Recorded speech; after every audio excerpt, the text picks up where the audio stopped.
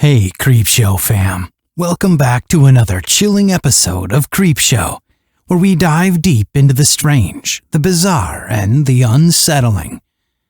Today's topic will make you question everything you thought you knew about crime and justice. We're counting down 10 murderers who never killed anybody. Yes, you heard that right. These are real cases where people were convicted of murder even though they never actually pulled the trigger or were even at the scene of the crime. Buckle up, because this one's going to make your head spin. Number 10. Lakeith Smith. Adante Washington, 16, was shot and murdered by Alabama police officers in 2015. Washington was a member of a 5-person gang that stole an automobile and broke into 2 residences. Police were pursuing the gang as they left the scene of the crime.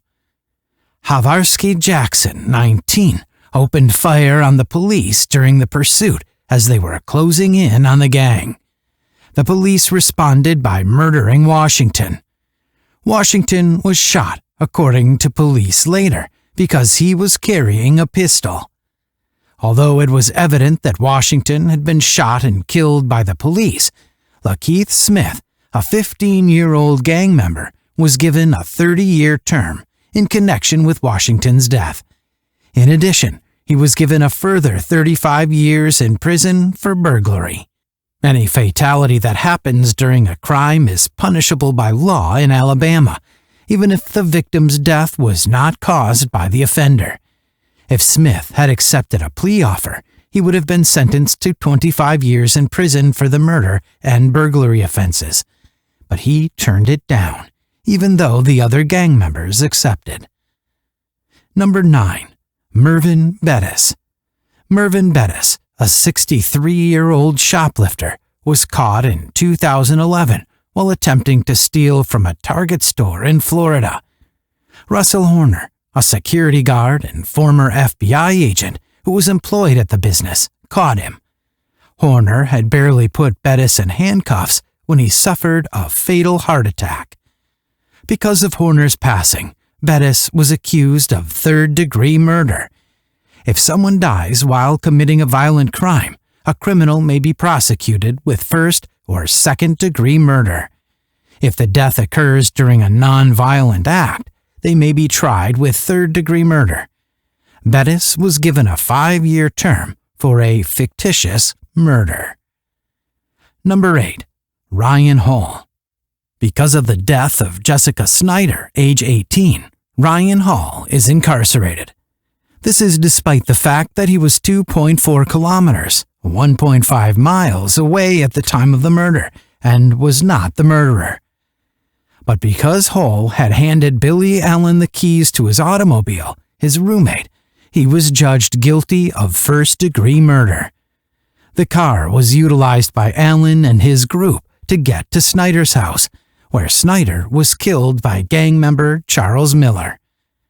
Billy Allen, Donnie Williams, Charles Miller, and Jermon Thomas drove to Snyder's Pensacola, Florida house in 2003 with the intention of robbing a safe that they said included some jewels and $20,000 in cash. Before Allen borrowed his car, the men had plotted the operation in Holle's presence. They even threatened to murder Snyder, Allen's girlfriend, if they discovered her at home. When they discovered Snyder at home, Miller repeatedly hit her head with the butt of a shotgun that was leaning against a nearby wall. After obtaining the safe, the men took out toward Holle's house. But because the gang had made a lot of noise while attempting to break into the safe, worried neighbors alerted the police, and they were taken into custody. Under the felony murder rule, Holle and the other 4 thieves were accused of murder. Holle defended himself by saying he never thought the others would actually kill Snyder or plunder her house. Regretfully, the jury was not persuaded by that. He earned life without parole after narrowly avoiding death. Later on, this was reduced to a 25-year term. Number 7. Tevin Lewis.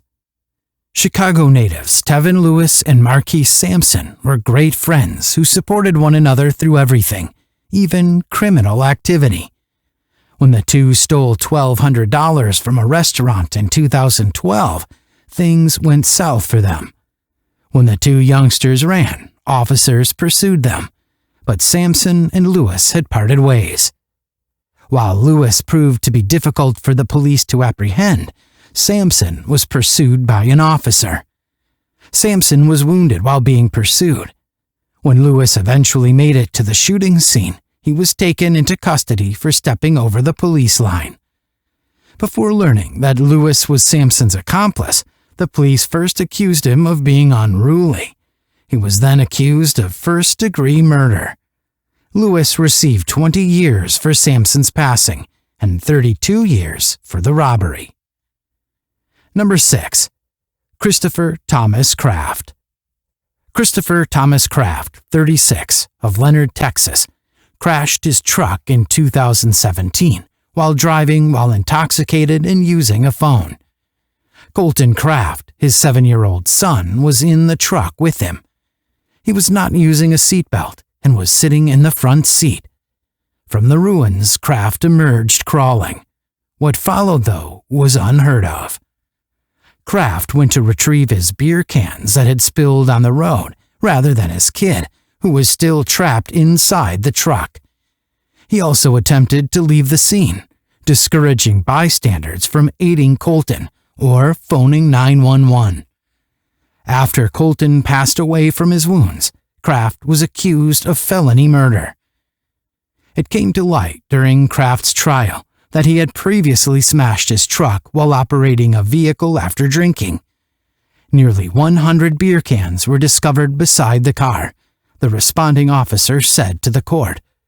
It was clear that Kraft was attempting to clean up the scene of the collision to hide his drunk driving from the authorities. Kraft, however, insisted that the occurrence was second-degree manslaughter rather than murder, and he had his attorneys persuade the judge and jury of this. Kraft was given an 18-year manslaughter sentence. Number 5. Robert Lee Thompson. A store worker was shot and killed by Sammy Butler in 1996 during a heist in Huntsville, Texas. But Robert Lee Thompson, his collaborator, received the death penalty. Thompson sought for money from one of the two staffers in a 7-evening store on that fateful day. But before he could give him the money, he shot Mubarak Ali Meredia, the clerk, 4 times. Additionally, he fired twice at Mansour Rahim, the other clerk, who was standing in the back of the shop. Thompson attempted to shoot Meredia a 5th time, aiming for his neck this time, but he was out of ammunition. He then went on to defeat Meredia. Following the robbery, both men ran away and rushed into their getaway car when they noticed Rahim pursuing them.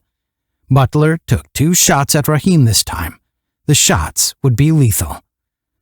The law of parties, which allows for the conviction of murder in cases where one person aids or abets another in committing a crime that results in death, applied to Thompson and Butler's trial. Additionally, investigations showed that Butler and Thompson had participated in 8 other robberies, some of which had been fatal. Thompson was given the death penalty, and Butler was given a life term. November 2009 saw Thompson's execution. Number 4. Justin Doyle. In 2008, Justin Doyle and his pals broke into what they believed to be an abandoned house close to Rockford, Illinois, when he was 15 years old. Unfortunately for them, because someone was home, things did not go as planned. When the unidentified guest noticed the boys grabbing some guns, he opened fire on them. Travis Castle, 14, was killed when the bullet struck him. The death of Castle was not attributed to the guest. It was Justin Doyle instead. Only Doyle. Not even Nathan Whitmire, the 3rd adolescent. Doyle was charged under the felony murder statute in Illinois, which makes a person accountable for any fatality that transpires during a robbery. Since the accused murderer does not have to be present at the crime scene, the legislation is highly contentious. Doyle received a 30-year prison sentence, but Whitmire was given a lesser term and was freed in 2013. Doyle was not eligible for parole until 2023, when he would have served half of his term, but his sentence was commuted in April 2017 as part of Governor Bruce Rauner's efforts to support rehabilitation rather than incarceration. He was released. Number 3. Neko Wilson. In an attempt to take the marijuana that Gary and Sandra DeBartolo were rumored to keep at home, 3 burglars broke into their Central Valley, California house in 2009.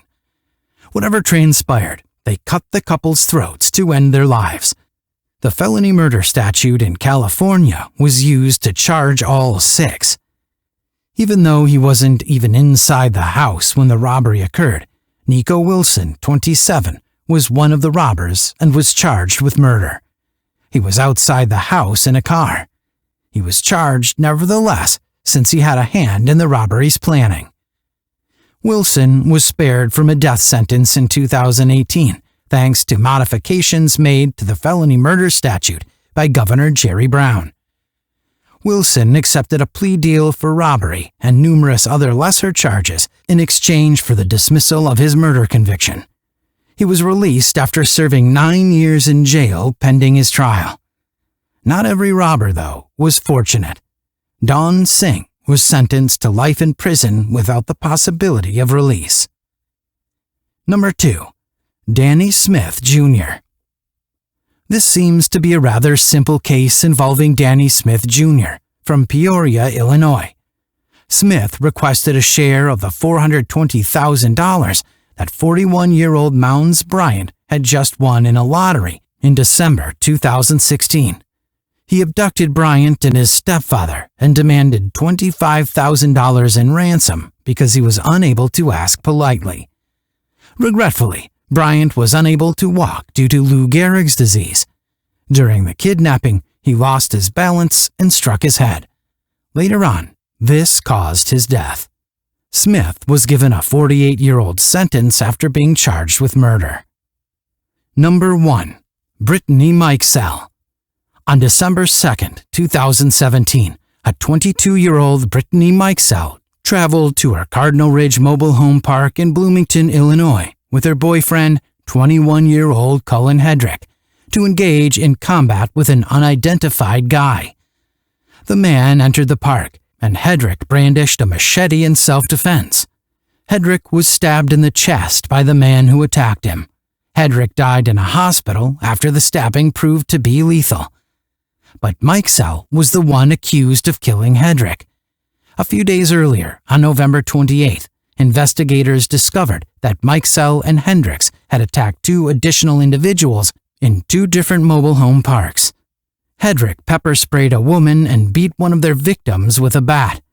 While EMS was transferring Hedrick to a hospital, Mikesell also spat on one of them. A $2 million bond was imposed for her. And that wraps up today's video, Creepshow Fam. Let us know what you think about these controversial cases down in the comments. Do you believe these people should have been convicted of murder, or do you think the laws went too far? If you enjoyed this dive into the gray areas of justice, make sure to hit that like button, subscribe, and tap the notification bell so you never miss a new upload. As always, stay curious, stay creepy, and we'll see you in the next one.